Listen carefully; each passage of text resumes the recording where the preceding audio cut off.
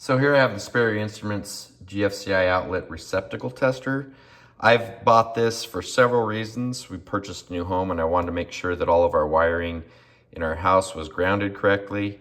And this is a nice little feature here that you can just plug in to the actual outlet and make sure that it is grounded. So, I use this for that, and I also have a grounding mat, and I want to make sure that where I was plugging in my grounding mat that, to make sure that it was, definitely correctly wired, and so that my grounding outlet was grounded and I didn't have an open ground or anything like that. So real quick, I'll show you how it works. Basically, all you do is you plug it into your outlet. You can see there's two lights there. That means that the outlet is, let me show you here, is correct. So right here, you can see the lights on the two sides here. When they are lit up, that is a correctly wired unit.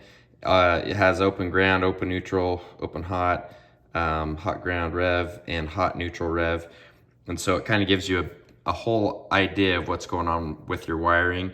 And so I've been a big fan of this. You can also test your GFCIs. So for instance, this is a GFCI outlet.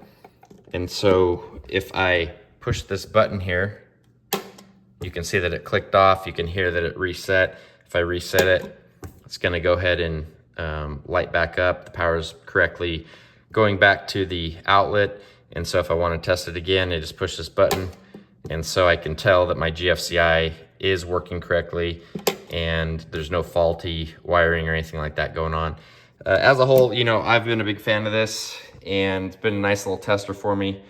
If you're looking for a really lightweight, fits in your pocket really easy tester, this is not a bad way to go. It is rated for a 10-foot drop and 250 pounds of pressure, so it is a sturdy little piece, and there's some nice rubber grips here on the side, so it's really easy to hang on to. So been a big fan, and I would highly recommend.